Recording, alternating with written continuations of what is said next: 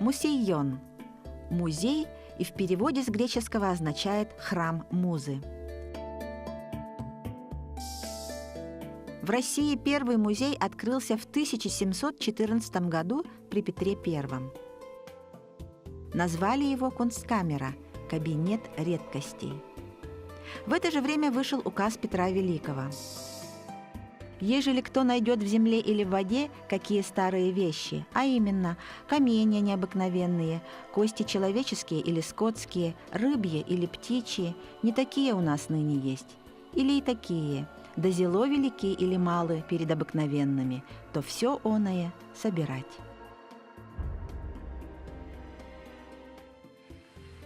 Вот с тех самых пор все, что было связано с редкими находками, стало достоянием науки и музеев. Сегодня мы совершим экскурс в один из таких уникальных мест. Здесь царит мир редких экспонатов, созданных не человеком, а самой природой. Мы находимся в геологическом музее Института геологии алмаза и благородных металлов. Этот музей достаточно интересный, он во многом уникальный. Здесь очень много великолепных геологических образцов. Но начинался этот музей, собственно, с палеонтологической части. Собственно, сердце этого музея – палеонтологические экспозиции. Если представить колесо времени, где обозначены самые знаменательные даты из истории развития органического мира на Земле, то эта картина впечатляет своим размахом и масштабами. На территории Якутии представлена практически вся летопись древнего прошлого нашей планеты. Наиболее древние экспонаты у нас палеонтологические, они представлены на вот этой вот витрине. Эта экспозиция посвящена неопротерозою. Это более 540 миллионов лет назад. Некоторые образцы здесь и более миллиарда лет. Это очень древние образцы. И что мы здесь можем наблюдать? Прежде всего, то, что видно невооруженным глазом, это разнообразные строматолиты. То есть такие своеобразные формы, это строматолитовые маты мы можем наблюдать, слоистые. Долгое время не было даже ясно, как же они образовывались, были даже дискуссии, их сравнивали с коралловыми постройками, и механизм образования сравнивался именно с коралловыми постройками. Но позднее выяснилось, что строматолиты образовываются очень интересными такими микроорганизмами, которые называются цианобактерии. Цианобактерии – это первые живые существа на Земле. Возраст цианобактерий составляет около 3 миллиардов лет назад. Любопытный факт. После дождя сырая земля источает приятный запах, а вырабатывает его цианобактерии и актинобактерии, которые живут на поверхности Земли. Чем они интересны? Ну, собственно, во многом, кого мы должны благодарить за то, что мы живем сейчас на поверхности и дышим воздухом, мы прежде всего должны быть благодарны именно цианобактериям. Так вот, цианобактерии – это одни из первых микроорганизмов, которые с помощью фотосинтеза стали выделять кислород. Этот кислород выделяли в очень большом количестве. И практически на начальных стадиях, вот 2,5 миллиарда лет назад, это произошла катастрофа экосистемы на Земле. Катастрофа, связанная с огромным поступлением кислорода. Этот кислород был убийственный для многих древних микробов, которые кислородом не пользовались. Для них это был как агрессивный какой-то газ, убивающий их. А цианобактерии, собственно, вот эту агрессивную для них среду создали, и они создали плацдарм для развития следующего этапа органического мира, который непосредственно связан с кислородом.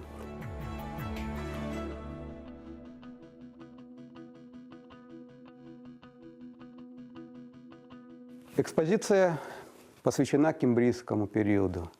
Кембрийский период, начало Кембрийского периода – это один из самых интересных моментов в истории развития Земли. На рубеже неопротерозоя и Кембрия произошел так называемый эволюционный взрыв. Так его называют, эволюционный взрыв, потому что действительно очень необычно, резко и быстро у животного мира начали образовываться скелетные формы. Почему это произошло? Это тоже интересный момент. И наверное, немаловажное как раз значение для этого эволюционного взрыва было существование тех самых цианобактерий, поскольку они не только кислород образовывали, они еще и задерживали карбонат, из которого, собственно, и начали образовывать раковины, раковинные различные животные, брахиоподы, например, раковинные, и панцири членистоногих. Трилобиты – вымерший класс морских членистоногих, обитавших в теплых морях более 500 миллионов лет назад. В настоящее время известно около 5 миллионов других видов членистоногих, тогда как позвоночные животные составляют всего 50 тысяч видов. Это достаточно необычная форма, но она была природой изобретена, то есть они заняли свою определенную нишу. Некоторые трилобиты жили на дне моря, некоторые даже немного плавали. Это мы про Кембрий говорим, а чуть позднее Силур, Ордовик, отдельные трилобиты стали закапываться в грунт, и они просто стали слепыми. Им зрение не нужно, они жили уже в грунте. А другие трилобиты наоборот, для них зрение, вообще глаз трилобита, палеонтологи, которые трилобитами занимаются, они просто восхищаются, потому что это один из первых таких сложно устроенных аппаратов, оптических аппаратов. Собственно, глаз трилобита, просто совершенен. Для своего времени это было просто открытие в природе. Важное такое эволюционное открытие. И постепенно, приобретя столь разнообразные и заняв разнообразные экологические ниши, они стали вымирать. В Карбоне, в Перми их все меньше и меньше, и, собственно, с концом Перми вымер последний трилобит. То есть палеозой закончился с последним трилобитом, и можно сказать, что если мы где-нибудь находим трилобита, то это, мы можем говорить, 100% это палеозой. Это от Кембрия до Перми включительно, но это палеозой, потому что после палеозоя в мезозое уже трилобитов не было. Но тем не менее, когда они освободили свою экологическую нишу, на их место пришли различные ракообразные крабы, раки. Для сравнения мы можем посмотреть, это кембрийский трилобит, это трилобит ордовикский, более молодой, существенно, то есть на десятки миллионов лет он помоложе, он покрупнее. И это как раз к разговору о многообразии.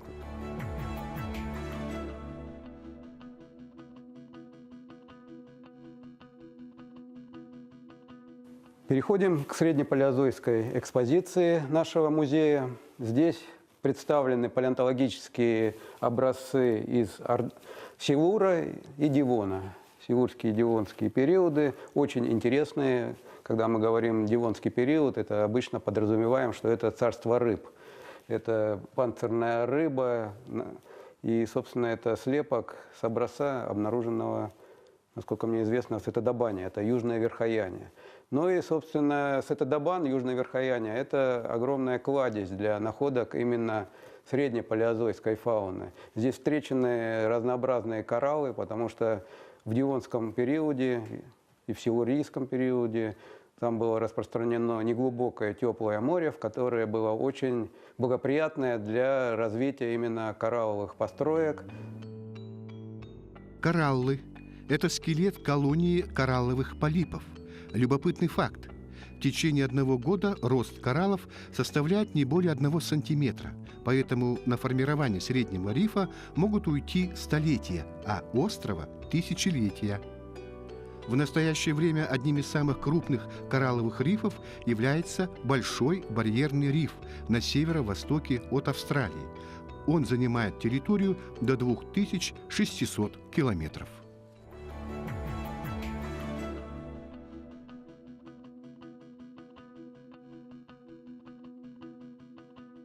Поздний палеозой состоит из каменноугольного и пермского периода. Вот в данном случае экспозиция посвящена пермскому периоду, но здесь и каменноугольные образцы.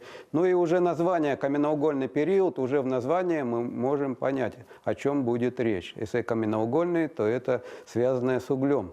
А уголь уголь образуется из растительных остатков. В каменноугольный период действительно континентальная часть территории Якутии, суша, была покрыта огромными деревьями, разнообразными деревьями. Это действительно период развития растительного мира.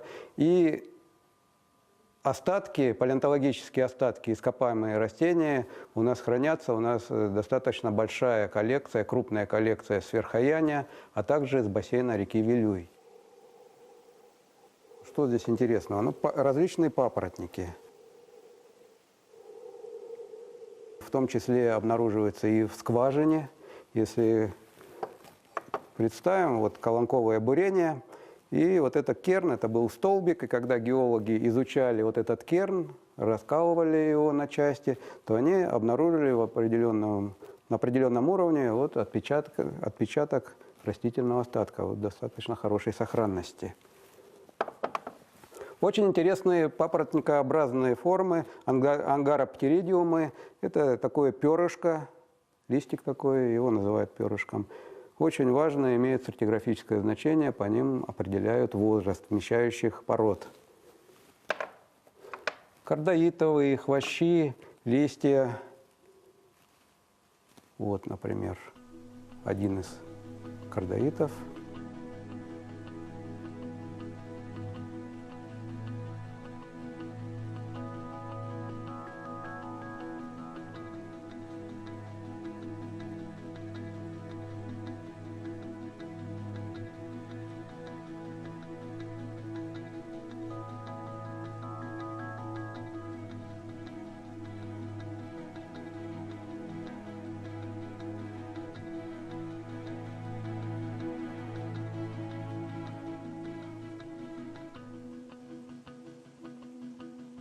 Пермский период, как и каменноугольный, у нас славится брахиоподами и двустворчатыми моллюсками. Разнообразные формы. В позднепалеозойских морях обитали эти моллюски. В Верхоянском море. Верхояне в этом отношении уникальный регион, в котором наблюдается множество разрезов. И палеонтологи, стратиграфы, геологи собирают, вот, например, крупный такой двустворчатый моллюск. Это из группы колымий. Временами они просто гигантских размеров достигали, более метра. Это действительно для двустворчатых моллюсков необычно, учитывая, что все-таки Верхоянское море в пермском периоде было довольно прохладным, и условия не столь благоприятные были для столь крупных моллюсков. Как они образовались и благодаря чему, мы до сих пор точно не знаем. Брахиоподы порой образуют крупные ракушняки. Вот большие брахиоподы – это конкринелоиды с обручью, один из руководящих видов для определения начала поздней Перми. Или в международной шкале это Капитанский век. Морские звезды – это класс беспозвоночных типа иглокожих. Возраст более 250 миллионов лет назад. Любопытные факты. У морских звезд есть сердце, которое в среднем делает 6-7 ударов в минуту. Морские звезды не умеют плавать. Они перемещаются по дну и могут взобраться на скалу за счет присосок на ногах. Встречаются морские звезды. Но это редкие иглокожие, не столь частые их находки. Палеозойская эра завершилась одной из самых страшных на Земле катастроф. На рубеже Пермского и Триасового периода действительно произошло ряд событий, негативно повлиявших на развитие органического мира, крайне негативно, катастрофически просто. При этом, по мнению ряда исследователей, погибло более 90% всего органического мира Земли. С чем это связано? Во-первых, именно в это время произошло падение метеоритов. Упали они в южном полушарии Земли, а в северном полушарии Земли произошло крупное излияние лав, так называемый траповый магматизм, который в Тунгусском бассейне происходил. И сплошная лава залила многие сотни, тысячи километров поверхности Земли. Это, конечно же, тоже было серьезной катастрофой. Но когда ниши освободились, то за очень короткий период времени они были заполнены новыми животными, новыми организмами, которые успешно приспособились к этим условиям, и начался новый этап эволюции органического мира, который сложился достаточно благоприятно.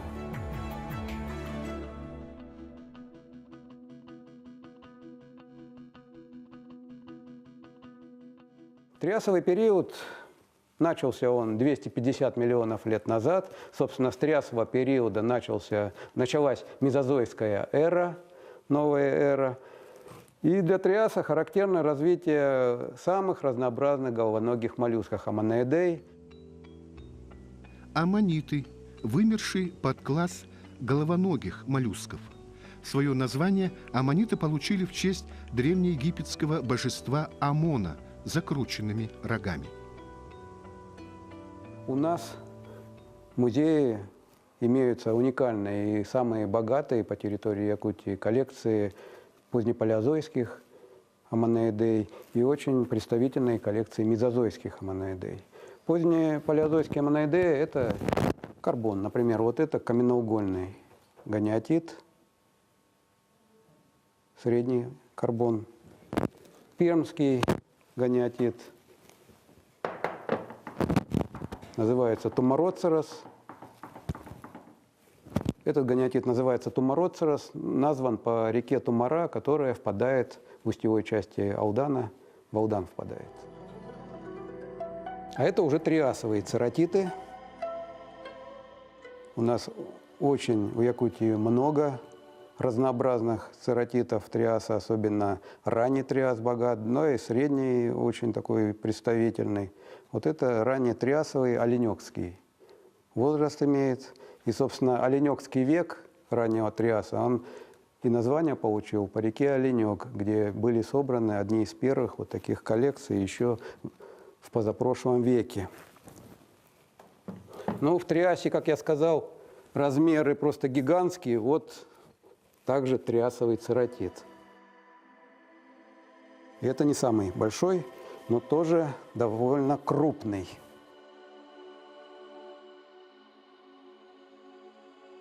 Мезозойские аммониты, сохранность, уже видно, что у них сохранность, конечно же, другая. Вот здесь уже раковинный слой, лучше сохраненный.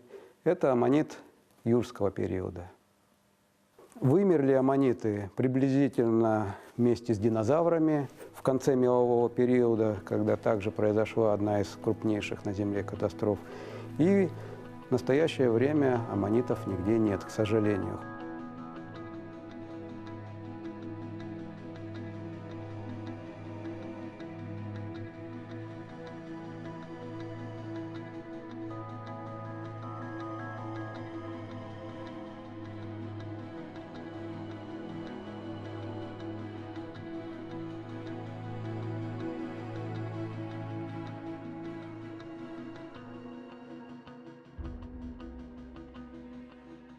Вот Наутилус помпилиус современный, это уже современный моллюск, собственно, это его раковина.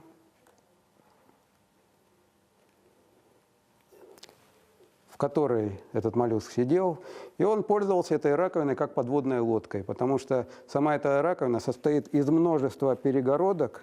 Вот эти видны перегородки, разделяющие раковину на камеры. И когда он заполнял эти камеры газом, он мог подниматься по воде. Заполняя водой, он мог опускаться.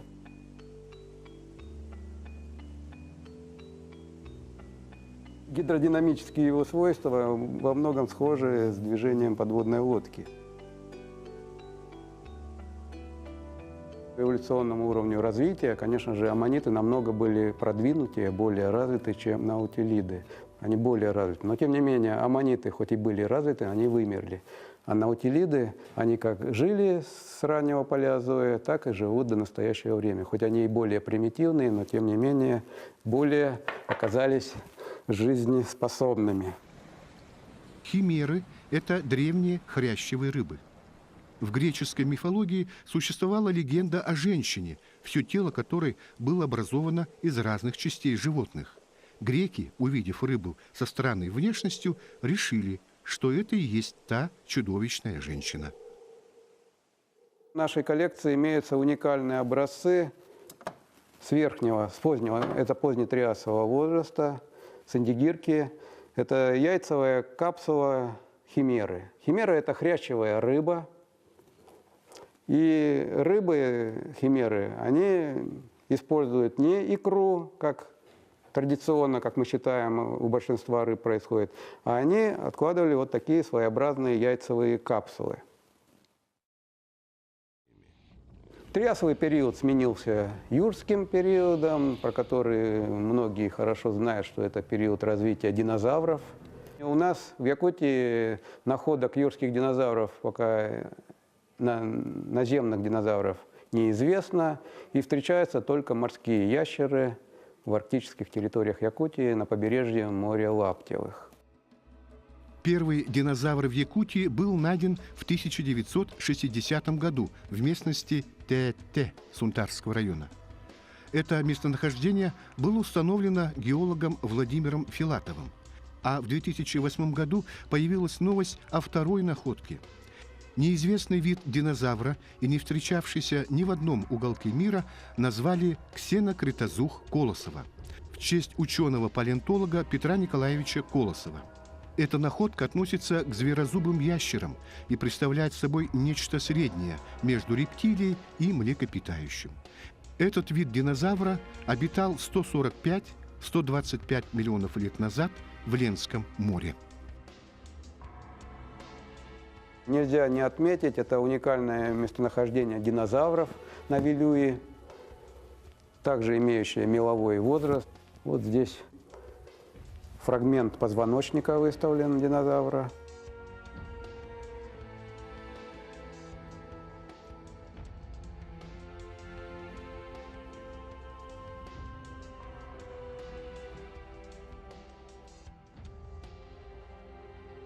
В прошлом году в рамках комплексной экспедиции якутской, которая проводится в нашей республике при поддержке правительства Республики Саха, и наша группа палеонтологов, стратиграфов, которые работают в Институте геологии Алмаза, решили представить информацию собственно, по палеонтологическим ископаемым и разрезам. Мы выбрали лучшие, отобрали их и составили, собственно, карту разрезов. Вот 104, например, разреза – это как лучшие разрезы самых разных систем, различных систем. Они распространены по всей территории Якутии. И среди сотен разрезов мы отобрали уникальные. Мы хотели уже действительно мирового масштаба. Их тоже получилось немало, 23 разреза.